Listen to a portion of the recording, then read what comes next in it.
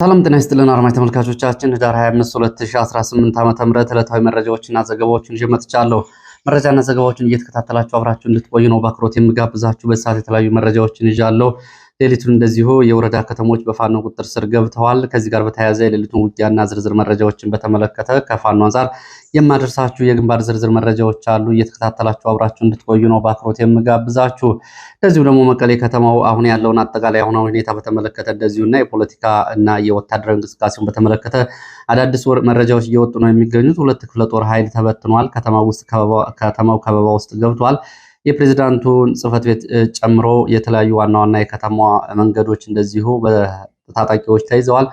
ታጣቂዎች ላውንቸር፣ ዲሽቃ፣ ሞርተር እና የተለያዩ የቡድን መሳሪያዎችን ይዘው ነው ወደ ከተማ የገቡት። ከዚህ ጋር በተያያዘ እንደዚሁ በፌዴራል መንግስቱ ሁለተኛው ውሳኔ ተወስኗል። ትግራይን በተመለከተ ከዚህ ጋር በተያያዘ ያለው አጠቃላይ ፖለቲካዊ ውጥረትም እንደዚሁ ቀጥሏል። ህወሓትም አጠቃላይ መዋቅሩን ስብሰባ ጠርቷል። ዛሬ ከሰዓት በኋላ አስቸኳይ ስብሰባ ተጠርቷል። ከዚህ ጋር በተያያዘም እንደዚሁ ወደ ትግራይ ወደ መቀሌ የሚወስዱ መንገዶች ጋር በተያያዘ እንደዚሁ አዳዲስ መረጃዎች ናቸው ያሉት። እንደዚሁም ደግሞ ሰሞኑን አክሱም በነበረ ስብሰባ እንደዚሁ አንዳንድ ወታደራዊ እንዲሁም ደግሞ ፖለቲካዊ ውሳኔዎችና አቅጣጫዎች ተቀምጠዋል ተብሏል።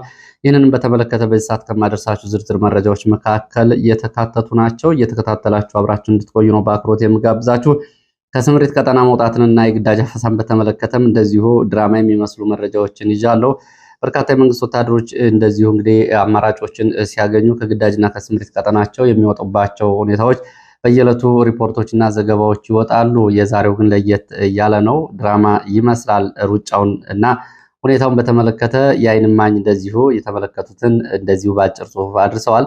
እሱን አድርሳችኋለሁ። በተለይ እንግዲህ በደቡብ ጎንደር ስማዳ ሰዴ ሙጃ የቀድሞ ስማዳ ወረዳ አሁን ሰዴ ሙጃ ወረዳ የነበረውን ውጊያ በተመለከተ እንደዚሁ የሌሊት ውጊያ በታሽጋይንት የሌሊት ውጊያ እንዲሁም ደግሞ ምዕራብ ጎጃም በተለያዩ አካባቢዎች ያሉ የሌሊት ውጊያዎችን በተመለከተ ዝርዝር መረጃዎች ይደርሷቸዋል። የሌሊቱን ውጊያና አጠቃላይ ሁኔታ በተመለከተ እንደዚሁ ደግሞ ከማለዳ ጀምሮ ደግሞ የአየር ኃይል ስምሪት መኖሩንም የሚገልጹ መረጃዎች አሉ። እየተከታተላችሁ አብራችሁ እንድትቆዩ ነው በአክብሮት የምጋብዛችሁ። ሀሳብ አስተያየት ቢኖራችሁ ጥቆማ ዜና@gmail.com ላይ ልታደርሱ ትችላላችሁ። አስተያየት ሀሳብ ጥቆማዎችን ልካችሁልኛል። ለሚሲሚንቶ ፋብሪካ ላይ ያለውን በተለይ ሰራተኞቹን የአካባቢ ተወላጆችን ያገለለውን የማኔጅመንት ጉዳይ በተመለከተ እንደዚሁ ጥቆማ አድርሳችኋል። ዝርዝሩን እያጣራው ነው መለስበታለሁ።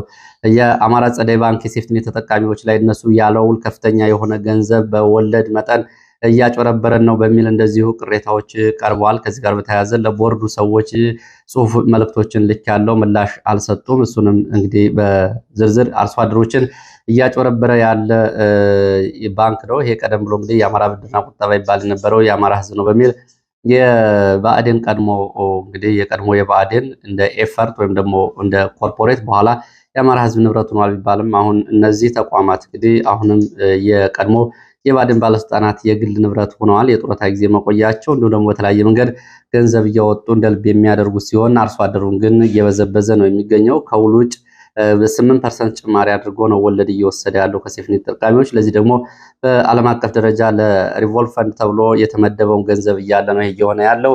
ይህን ሚስጥር እንዳታወጡ በሚል ነው የቦርድ ሰብሳቢዎች ጭምር ሰራተኞቹ ላይ ጫና እያደረጉ ያሉት። ይሄ ጥቆማ ደርሷል። በተመሳሳይ እንደዚሁ የአማራ ብረታ ብረት ኮርፖሬሽን የተመለከተም እንደዚሁ ዘገባ መረጃ ጥቆማ አድርሳቸዋል።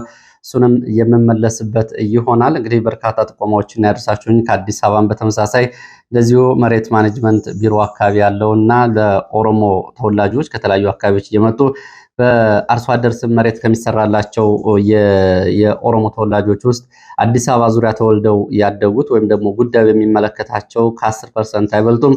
አብዛኞቹ የኦህዴድ ብልጽግና ሰዎች ናቸው። ከወለጋ የሚመጡት በቡራዩ አቅራቢያ ባለው የአዲስ አበባ አካባቢ እንደዚሁ የመሬት ካርታ ይሰጣቸዋል። ከአርሲና ከሌሎች አካባቢዎች የመጡ በተመሳሳይ ይህን ይደረግላቸዋል። የከተማው ዙሪያ ተወላጅ የኦሮሞ ገበሬዎች ምንም ጥቅም እያገኙ አይደለም የሚልም እንደዚሁ ከዚህ ጋር በተያያዘም ቢሮው እንደዚሁ አገልግሎት እንዲያቆም መደረጉና ሰራተኞቹም እንዲበተኑ መደረጋቸውም የሚገልጹ መረጃዎች አሉ። እነሱ ሁሉ በዝርዝር መጣባቸዋለሁ። ጥቆሞቻችሁ ግን ደርሰውኛል። ወደ መረጃዎቹ ሲሄድ ወደ ደቡብ ጎንደር የሚወስደን መረጃ ነው የማስቀድመው። በደቡብ ጎንደር በሁለት ወረዳዎች ሌሊቱን ውጊያዎችና ከፍተኛ የተኩስ ድምፅ ሲሰማ ማደሩን የመረጃ ምንጮች ገልጸዋል። አንደኛው በደቡብ ጎንደር ታች ጋይንት ሲሆን ሁለተኛው በዚሁ ደቡብ ጎንደር ሰዴ ሙጃ ወረዳዎች በሚገኙ ካምፖችና ምሽጎች አካባቢ ነው ሌሊቱን ውጊያ የነበረው። ሰዴ ሙጃ የነበረውን በተመለከተ ሰዴ ሙጃ ወረዳ ወደ ታች ጋይንት ጌዶዳ ስምሪት እና ዘመቻ አድርጎ ከሙጃ ሮቢት ወደ ወንዝዬ ጨፋ ወንዝ ተንቀሳቅሶ የነበረው የመንግስት ኃይል ጋር ነው ውጊያ እየተደረገው። ሌሊት በመንግስት ኃይል በሰፈረበት ካምፕ ፋኖ ጥቃት ፈጽሞ ጉዳት ደርሷል። ከፋኖ ከምሽቱ 5 ሰዓት የመንግስት ኃይል በሰፈረበት ካምፕ በፈጸመው ጥቃት ሰብአዊ፣ ቁሳዊ፣ ወታደራዊ ኪሳራ ደርሷል ተብሏል። የነፍስ ወከፍ መሳሪያዎችም በፋኖች ገብተዋል። ቁጥራቸው በውል ያልታወቁ የሚሊሻ አባላት ሙትና ቁስለኛ ሆነዋል። በተለይ አዲስ ዓለም ዝርጋ ሙጃ ተብሎ የሚጠራው ቦታ ሌሊት ሰፍሮ በነበረ የመንግስት ኃይል ላይ በካምፕ ላይ በተፈጸመ ጥቃት ነው ይሄ ጉዳት እየደረሰው። ከምሽቱ 5 ሰዓት እስከ ሌሊቱ 8 ሰዓት ድረስ ውጊያና ተኩስ ነበር በካምፑ ዙሪያ። ጉዳት ያስተናገደው የመንግስት ኃይል ከአዲስ ዓለምና ጎሃ ተብሎ የሚጠራው አካባቢ አሁን ቁስለኛና አስከሬኖችን ይዞ ወደ ታች ጋይንት ጌዶዳ ያደርገው የነበረውን ዘመቻ አጥቶ ወደ ሙጃ ሮቢት ከተማ አሁን እየተመለሰ ነው። ቁስለኞችን ይዞ 11 በላይ ነፍስ ወከፍ መሳሪያዎች በፋኖች ገብተዋል ነው የተባለው። ከዚህ ጋር በተያያዘ ታች ጋይንትም እንደዚሁ ሰሞኑን በተለያዩ ቀበሌዎች እንደዚሁ ስምሪት ነው የሚገኝ የመንግስት ኃይል ከአርብ ገበያ ከተማ በመውጣት ወደ አንሰታ፣ ጋጥና ቄቶ የተለያዩ አካባቢዎች ዘመቻዎችና ስምሪቶችን እያደረገ ሲሆን አንሰታ በ3 ካምፖች ላይ በነበረው መንግስት ኃይል ላይ ምሽቱን ድንገተኛ ተኩስ ሩምታ ተከፍቶ ነበረ። አሳማበር፣ ሰምቶ ተራራ፣ ቢትወደድ ግቢ ተብሎ የሚጠሩት አካባቢዎች እስከ 5 ሰዓት ተኩል የቆየ ተኩስ ነበረ። በዚህ የሌሊት ውጊያና ተኩስ የቦታ ለውጥም ሆነ የደረሰ ጉዳት የለም ተብሏል። በስማዳ በነበረው ውጊያ ግን ወደ ሙጃ ከተማ ወደ ጨፋ መጥቶ የነበረውና ወደ ጌዱዳ ጉዞ ሊያደርግ የነበረው የመንግስት ኃይል ወደ ሙጃ ከተማ ተመልሶ ገብቷል። ይህም እንግዲህ ኃይል ወደኋላ ስለመመለሱ የሚያሳይና የቦታ ለውጥ መኖሩን የሚያሳይ ነው። ከጉሃና ከአዲስ ዓለም ወንዝዬ የተለያዩ ቦታዎችን ለቆ ወጥቷል የመንግስት ኃይል። እነዚህም ቦታዎች ደግሞ ፋኖ ተቆጣጥሯል። መረጃው በአማራ ፋኖ ህዝባዊ ድርጅት 206ኛ ከፍ ያለው ደሴ ኮር ገብርዬ ክፍለ ጦር ቃል አቀባይ ፋኖ ኢንጂነር ደሞዝ እያደረሰው መረጃ ነው። እንግዲህ አሃዛዊ ቁጥሮችም በእነሱ በኩል እየተገለጹ ናቸው። ሌላው ሌሊቱ እንደዚሁ ውጊያ ተኩስ ካደረባቸው አካባቢዎችና አብዛኛው የከተማው አካባቢ ማለዳ በፋኖ ቁጥጥር ስር ገብቶ ነበር የተባለው ደግሞ የሰከላ ወረዳ ግሽ አባይ ከተማ ነው። በዚህ ከተማ የተደረገው ውጊያ የመንግስት ኃይል በተለይ መከላከያ ከዚህ ከከተማው ካምፖች ለቆ አጎት ተብሎ ወደሚጠራው አካባቢ ዙ 23 ሞርተር፣ ዲሽቃ፣ ላውንቸርና ሌሎች የቡድን መሳሪያዎችን ታጥቆ ከቡሬም ከሰከላም መውጣቱን ተከትሎ ፋኖ በሌላ አቅጣጫ ወደ ሰከላ ከተማ ጥቃት በመፈጸም ነው ዛሬ ማለዳ ከተማው በፋኖ ቁጥጥር ስር ገብቶ የነበረው። ከማለዳው 12 ሰዓት ጀምሮ ውጊያ እየተደረገ እንደነበር የሚገልጹት የመረጃ ምንጮች ከተማው አብዛኛው አካባቢ በፋኖ ቁጥጥር ስር ገብቶ እንደነበር፣ አባይ ምንጭ ትምህርት ቤት፣ ፖሊስ ጣቢያ፣ አስተዳደር አካባቢ ተከታታይ ተኩስ እንደነበር፣ አሮጌው ከተማ ተብሎ የሚጠራው ጭምር ውጊያ እንደተደረገ ፋኖ ወደ ሰከላ ከተማ በአራት አቅጣጫዎች ነው ከማለዳ 12 ሰዓት ጀምሮ እንደዚሁ ተኩስና ጥቃት የከፈተው። ኩለች፣ ሳንግብ፣ አሮጌ ከተማ ወይ ደግሞ ስላሴ፣ አሽኳር በር ተብሎ በሚጠሩት በኩል ነው ፋኖ ወደ ግሽ አባይ ከተማ ጥቃት እየከፈተው። ፋኖ ጥቃት የከፈተው በፋኖ ጥቃት ሙትና ቁስለኛ የሆኑ የሚሊሻ አባላት አሉ፣ ቁጥራቸው አልታወቀም። ፋኖ ከተማውን ከበባ ውስጥ በማስገባት መከላከያ ከግሽ አባይ እና ከአሮጌው ከተማ ወደዚህ አካባቢ ፋኖ ከበባ ውስጥ ወደ አስገባት ግሽ አባይ ተከታታይ የሞርተር ተኩስ አድርጓል።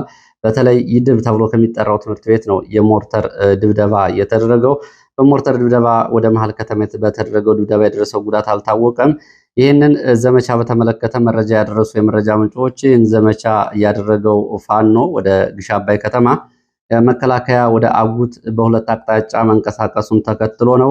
መከላከያ ከሰከላ ወረዳ ከግሽ አባይ ከተማ ከተለያዩ ካምፖች እንዲሁም ደግሞ ከቡሬ ከተማ በተለያዩ አቅጣጫዎች ወደ አጉት ተብሎ ወደሚጠራው አካባቢ መንቀሳቀሱን ተከትሎ አጉት ላይ መከላከያ ሲገባ ፋኖ ደግሞ በሌላ አቅጣጫ ወደ ግሽ አባይ ከተማ ዘመቻ አድርጓል። መከላከያ እንግዲህ ከገነት አቦ ጉደራ ተብሎ ወደሚጠራውና አሰዋ ተብሎ ወደሚጠሩት አካባቢዎች አሁን ኃይሉን አንቀሳቅሷል። ይሄ መረጃ ወደዚህ እየደረሰ ባለበት ሰዓት ወደ አጉት ገብቶ ደግሞ መከላከያ በከተማው ነዋሪዎች ላይ ንጹሃን ላይ እንደዚሁ ጫናዎችን ፈጥሯል። ንብረት አውድሟል። በርካታ ሰዎችም እንደዚሁ ከተማውን ለቀው ወጥተዋል። አጉት ከተማ ባለፈው 8 ንጹሃን በአሰቃቂ ሁኔታ በስለት ጭምር ከተገደሉ በኋላ ተቃውሞ መደረጉ ይታወቃል። በዚህ የተበሳጩ የመንግስት ኃይል ወደ አጉት ከተማ ገብቶ ከፍተኛ ውድመት ያደርሳል በሚል በርካታ የከተማ ነዋሪዎች ትላንትና መሻሹን ከተማዋን ለቀው ነው የወጡት። ቤታቸውን ጥለው የወጡ የከተማ ነዋሪዎች ንብረታቸው በሚሊሻዎች በመንግስት ወታደሮች እንደዚሁ ንብረታቸው ውድመት ደርሶበታል። ይህንን ተከትሎ ዛሬ ማለዳ እዚህ አጉት ያደረው የመንግስት ኃይል ወደ ሰከላን መልሶ ለመያዝ እንደዚሁ እንቅስቃሴ ያደረገ ነው። ከሰከላ ባሻገር እንደዚሁ ወደ ፍኖተ ሰላም ቀጠናም እንደዚሁ ስምሪት አለ። ከነዚህ ባሻገር እንደዚሁ በአካባቢ በሶስቱ አካባቢዎች ሰከላ፣ ጃቢጠናና ቋሪት አካባቢዎች በእነዚህ አዋሳኝ አካባቢዎች የድሮን ቅኝቶች እየተደረጉ እንደሆነ ነው መረጃው የሚገልጸው። ከገነት አቦ፣ ጉደራ፣ አሰዋ ወደ አጉትና ገወቻ ተብሎ የሚጠራው ፍኖተ ሰላም ዙሪያም እንደዚሁ ወታደራዊ ስምሪቶች እንዳሉ የመረጃ ምንጮች ገልጸዋል። ሰከላ ግን አሁን በዚህ ሰዓትም እንደዚሁ የተኩስ ድምፅ ይሰማል ነው የተባለው። ወደ ሌሎች መረጃዎች ይሄዳለው። ወታደራዊ አፈሳና ግዳጅን በተመለከተ በአማራ ክልል፣ በኦሮሚያ ክልል፣ በአዲስ አበባ እና በተለያዩ የአገሪቱ አካባቢዎች አፈሳዎች እየተደረጉ ነው። ይሄ ግዳጅ አፈሳ ደግሞ ዘመቻ ቀይ ባህር የሚል ስያሜ ተሰጥቶታል። ዘመቻ ቀይ ባህር በሚል ነው በተለያዩ አካባቢዎች ወጣቶች እየታፈሱ ያሉት እድሜያቸው ያልደረሰ ጭምር። ባለፈው ቅዳሜ እንደዚሁ እንግዲህ በተለያዩ አካባቢዎች በኦሮሚያ ክልል የተለያዩ ዞኖች ባሌ፣ ጅማ፣ በአማራ ክልል ደቡብ ጎንደር፣ ማዕከላዊ ጎንደር እንደዚሁ ደግሞ ምዕራብ ጎጃም፣ ሰሜን ወሎ የተለያዩ አካባቢዎች አፈሳዎች ተደርገዋል በገበያ ቦታዎች ጭምር። ይሄ አፈሳ እንግዲህ የቀይ ባህር ዘመቻ እየተባለ ስም ተሰጥቶታል።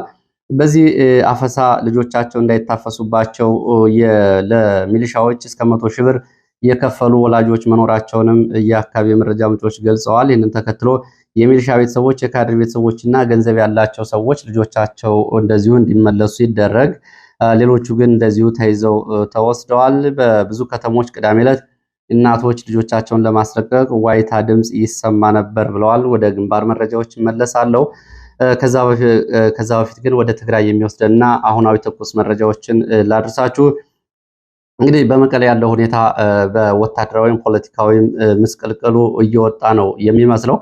ህወሓት በዚህ ባጭር ጊዜ እንደዚህ ይሆናል ብሎ የገመተ ሰው የለም። ባለፈው እንግዲህ 5 ዓመት ጦርነት በኋላ አሁን የትግራይ ፖለቲካ በአጠቃላይ እንግዲህ ያው በየቀኑ በምንከታተለው ልክ ህወሓት ለሁለት ለሶስት ተሰንጥቋል። ፖለቲካዊ ኃይሉም ወታደራዊ ኃይሉም በዚህ ተሰነጣጥቆ ነው የሚገኘው። አሁን ደግሞ የታጣቂዎች አመፅና እንዲሁ ደግሞ የፖለቲከኞቹ ጥያቄ መመለስ አለመቻላቸው የፌዴራል መንግስቱ ደግሞ የሚፈጥረውን ጫና ተከትሎና ከህወሓት ተሰንጥቆ የወጣው ቡድን የሚያደርጋቸው እንቅስቃሴዎች አጠቃላይ የትግራይን ፖለቲካና ወታደራዊ ሁኔታውን እንደዚሁ በየዕለቱ አዳዲስ መረጃዎች እንዲከሰቱበትና ተለዋዋጭ ሁኔታ ውስጥ እንዲገባ አድርገውታል።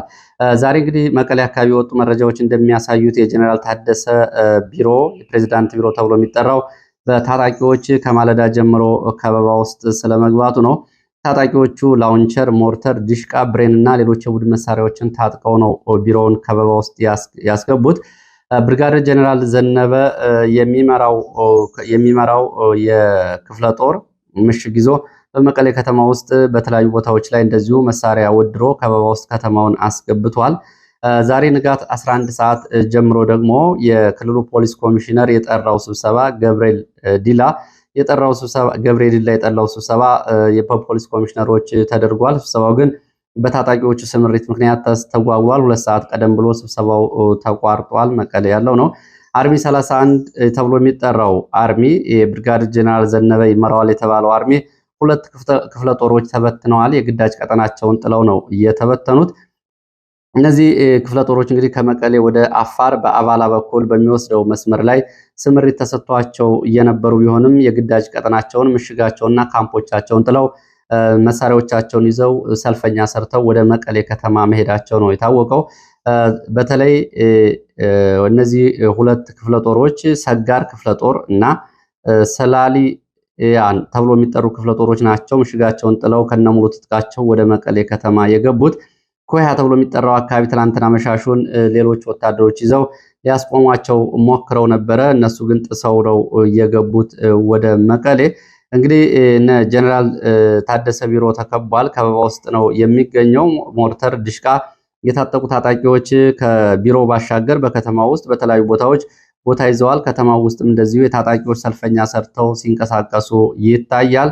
የፖሊስ እንግዲህ ስብሰባውን 2 ሰዓት ቀደም ብሎ ነው ያቋረጠው። ታጣቂዎቹ የ2 ወራት ደሞዝ ይከፈለን የሚል ቅጽበታዊ ጥያቄ ያነሱ ሲሆን ከዛ ባሻገር ሀራ መሬት ተብሎ የሚጠራው ታጣቂ ኃይል ጋርም አንዋጋም የሚል እንደዚሁ አቋም እንደወሰዱ ነው መረጃዎቹ የሚያሳዩት። እንግዲህ ከዚህ ቀደም ብሎ ጥቅምት 12 ባለፈው ለትግራይ ክልል ይሰጥ የነበረው የድጎማ በጀት በፌደራል መንግስቱ መታገዱ ይታወቃል። ዛሬ ደግሞ ሁለተኛ ውሳኔ ተላልፈዋል። ይህም ውሳኔ የተላለፈው ምንድነው? የኤፈርት እየተባለ የሚጠራው የትግራይ የህወሓት የንግድ ድርጅቶች አሉ። በአፍሪካ ግዙፍ የሚባሉ የንግድ ድርጅቶች ናቸው። እነዚህ እንግዲህ ጉና ንግድ ስራዎችን ጨምሮ የወርቅ አምራች፣ የእርሻ መካናይዜሽን፣ የኢምፖርት፣ የትራንስፖርት፣ የሲሚንቶ ፋብሪካ፣ የማዕድናት ላይ እንደዚሁ ወርቅና እምነበረድ ጭምር የተሰማሩ በርካታ ድርጅቶች አሉ። ከነዚህ ውስጥ እንግዲህ የአብዛኞቹ የባንክ አካውንት ከትላንት ጀምሮ መታገዱን መረጃዎች ጠቁመዋል። ይህ እንግዲህ እጅግ አስደንጋጭ ነው። ከአሁን በፊት በትግራይ የነበረው ሁኔታ ተመልሶ እየመጣ መሆኑን የሚያሳይ ነው። በዚህ መሰረት ሌሎችም እንደዚሁ 13 የሚደርሱ ድርጅቶችም እንደዚሁ ክትትል እየተደረገባቸው እንደሆነ የወጡ መረጃዎች ያሳያሉ። እንግዲህ ይህንን ተከትሎ ፖለቲካውና መቀሌ በዚህ ሁኔታ ነው ያለው። ታጣቂዎቹ ደሞዝ ይከፈለን እያሉ ነው። ደሞዛቸው ከፌዴራል መንግስቱ ይሰጥ የነበረው መታገዱ ነው የተገለጸው። የድርጅቶቹ ላይ ወጪ ተደርጎ ህወሓት ራሱን ይደጉም የነበረበት ፋይናንስ እንዳይንቀሳቀስ ታግዷል። ይህ በእንዲህ እንዳለ ደግሞ ዛሬ ህወሓት እጅግ አስቸኳይ ስብሰባ ጠርቷል። ሁሉም አደረጃጀቶች እና የህወሓት የፖለቲካ መዋቅር አባላት መቀሌ እንዲገቡ ነው ትዕዛዝ የተሰጠው። የህወሓት የክልል ባለስልጣናት፣ የዞን ባለስልጣናት፣ የወረዳ ባለስልጣናት እና አመራሮች እንዲሁም ደግሞ የሴቶች ሊግ፣ የወጣቶች ሊግ እና ሌሎች የህወሓት ደጋፊ ማህበራት ተወካዮች ዛሬ ህዳር 25 2018 ዓ.ም ከሰዓት በኋላ በሐውልቲ መሰብሰቢያ አዳራሽ በሰማዕታት ማዕከል እየተባለ በሚጠራው መሰብሰቢያ አዳራሽ እንዲገኙ ትዕዛዝ ተሰጥቷል።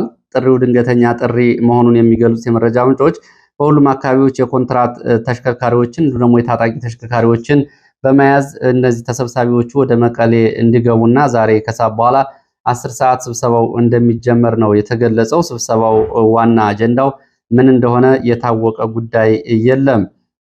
እነዚህ የአርሚ 31 አባላት የሆኑ 2 ክፍለ ጦሮች ወደ መቀሌ ከገቡ በኋላ የመሳሪያ ግምጃ ቤት ሰብረው መጋዘን ሰብረው መሳሪያ መታጠቃቸውና ለአንዳንድ የመቀሌ ከተማ ወጣቶች መሳሪያ ማስታጠቃቸው ነው የተገለጸው። እነዚህ የሁለቱ ክፍለ ጦሮች የአርሚ 31 ክፍለ ጦሮች ወደ መቀሌ ሲገቡ እንደዚሁ ወጣቶች ማቀባበል አድርገውላቸዋል ነው የተባለው። እንግዲህ ይህንን በተመለከተ ያለው አጠቃላይ እንቅስቃሴ መቀሌ እጅግ አስፈሪ ነው።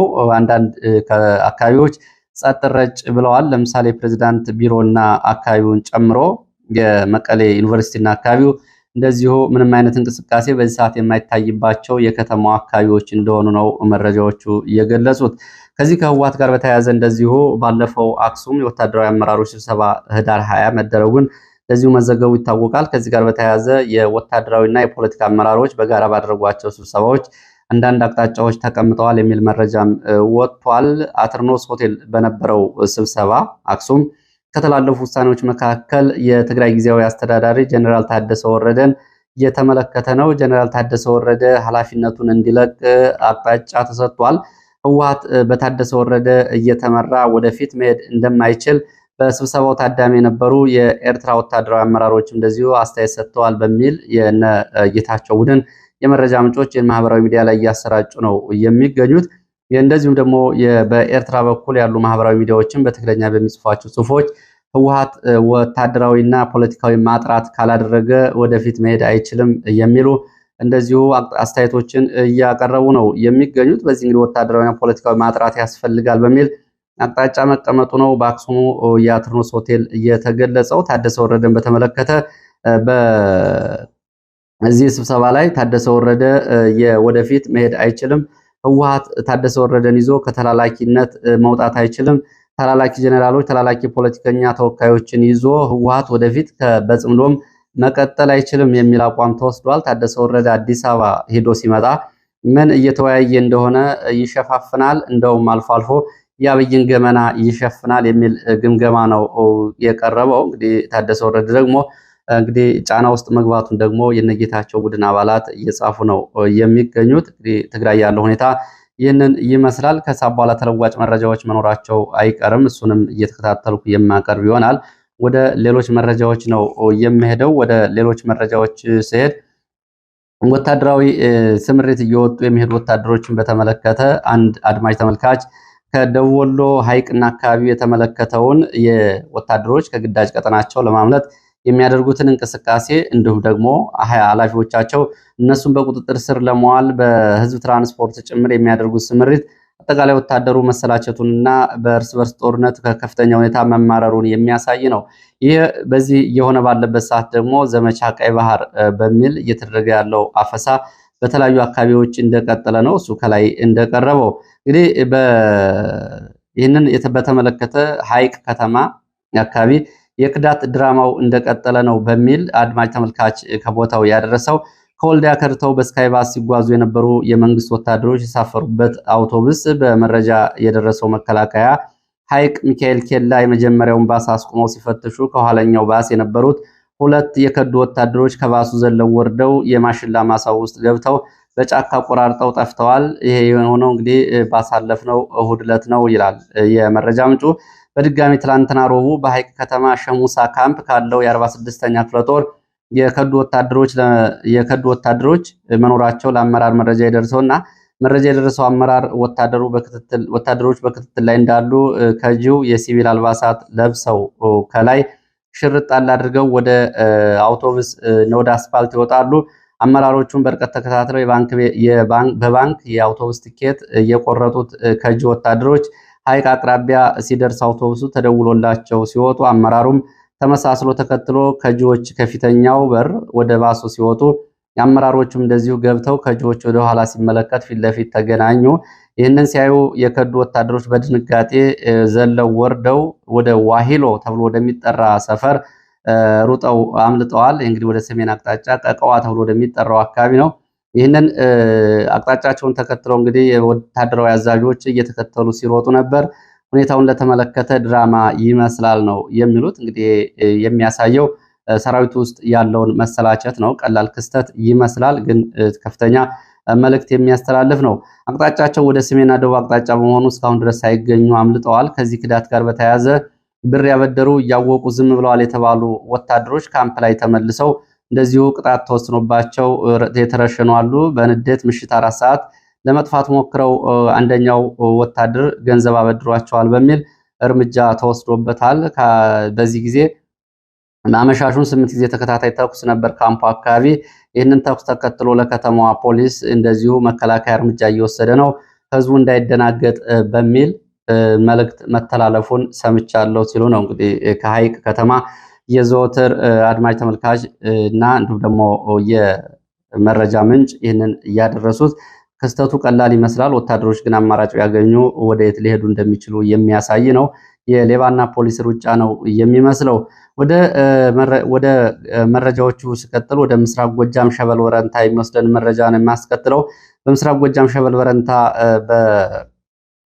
ወረዳ ከወረዳው ከተማ ይዱሃ ወደ ግዳጅ ገዳ ያሱ ተብሎ ወደሚጠራው አካባቢ ከተንቀሳቀሰ መንግስት ኃይል ጋር በሌሊት ውጊያ ተደርጓል። በሌሊት በተደረገው ዘመቻ በወጣ መንግስት ኃይል ላይ በተደረገው ውጊያና የደፈጣ ጥቃት የሚሊሻና የፖሊስ አባላት ጉዳት ደርሶባቸዋል። አንድ የሚሊሻ አባል እንደዚሁ ሌሊቱ 9 ሰዓት በፋኖ ከነሙሉ ትጥቁ ስለመማረኩ የወጡ መረጃዎች ይገልጻሉ። ሌላው መረጃችን እንደዚሁ የአባይ ፖለቲካን የተመለከተ ነው። የአባይ ፖለቲካ ግብጽ የተናጠል የአባይ ግድብ አስተዳደርን እንደማትቀበል አሳውቃለች። በተናጠል ከኢትዮጵያ ጋር የማደርገው ድርድርም የለም፣ ሌላውን እንግዲህ የራሴን እርምጃ ወስዳለሁ ስትል ግብጽ ጠቅለል አድርጋ አቋሟን አሳውቃለች። እንግዲህ ከ2 ቀናት በፊት ቢቢሲ ፎከስ ኦን አፍሪካ ላይ የግብፁ የውጭ ጉዳይ ሚኒስትር ጀነራል ዶክተር አብደላቲ ቀርበው ከሰጡት ባሻገር ይህንን በትላንትናው ዕለት የግብጽ ባለስልጣናት የውጭ ጉዳይ ሚኒስትሩን ጨምሮ ይህንን ተናግረዋል። በኢትዮጵያ በኩልም ለዚሁ ምላሽ ተሰጥቷል። ግብጽ ላይ እንግዲህ መረር ያለ አቋም ያንጸባረቀ መግለጫ ነው ከኢትዮጵያ በኩል የተሰጠው። ግብጽ ከአሮጌው ዘመን የቅኝ ግዛት አስተሳሰብ ፈጽሞ አልተላቀቀችም በሚል በኢትዮጵያ በኩል ምላሽ ተሰጥቷል። በቅኝ ግዛት ዘመን ጠቅላይ አስተሳሰብ ሁሉንም ለመጠቅለል ግብጽ የምታደርገው ጠባጫሪ ድርጊት በፍጹም ተቀባይነት የለውም። ግብጽ ይህንን ይዛ እያላዘነች ነው፣ ማንም አይቀበላትም በሚል ነው ውጭ ጉዳይ ሚኒስትር ይህንን ምላሽ የሰጠው። ግብጽ ከዚህ አስተሳሰብ ለመውጣት ካሰበች ጊዜው አሁን ነው በሚል እንደዚሁ ግብጽም ከዚህ የቅኝ ግዛት አስተሳሰብ እንድትወጣ እንደዚሁ ጥሪ አቅርቧል መግለጫው። ግብጽ የአፍሪካ ቀንድን የማተራመስ እቅዷን ቀጥላበታለች። ኢትዮጵያን ጨምሮ በሌሎች ሀገራት ላይ ይህንን እያደረገች ነው። በኢትዮጵያ ላይ ያነጣጠረው የማተራመስ እቅዷ በሌሎች ሀገራትም ደካማ፣ ተላላኪ፣ ጥገኛ መንግስታትን ለመመስረት የዘመናት ድርጊቷን አሁንም ቀጥላበታለች ግብጽ ሲል የውጭ ጉዳይ ሚኒስትር ወቅሷል። የቅኝ ግዛት አስተሳሰብ የሚባለውን ኢትዮጵያ ለመሸከም ትከሻም ጫንቃም የላትም ያለው የኢትዮጵያ መንግስት ግብጽ በዚህ ድርጊቷ የምትቀጥል ከሆነ የምታተርፈው ነገር የለም፣ የመደራደር እና ለመነጋገር ያሉ ድሎችን ባትዘጋ ይሻላል በሚል እና ቅኝ ግዛትና አስተሳሰቡን ኢትዮጵያ ታግላ ድል ያደረገችው አስተሳሰብ ስለሆነ አሁን አይመለከተንም፣ አንቀበለውም የሚል አጠቃላይ ይዘት ያለው መግለጫ ነው እንግዲህ የተሰጠው። ለዚህ ሰዓት እንግዲህ ከተለያዩ አካባቢዎች ማሰባሰብ የነበሩ መረጃዎች እነዚህን የሚመስሉ ስለተከታተላችሁ በእጅጉ አመሰግናለሁ። በሌላ ተመሳሳይ መርሃ ግብር እስከምንገናኝ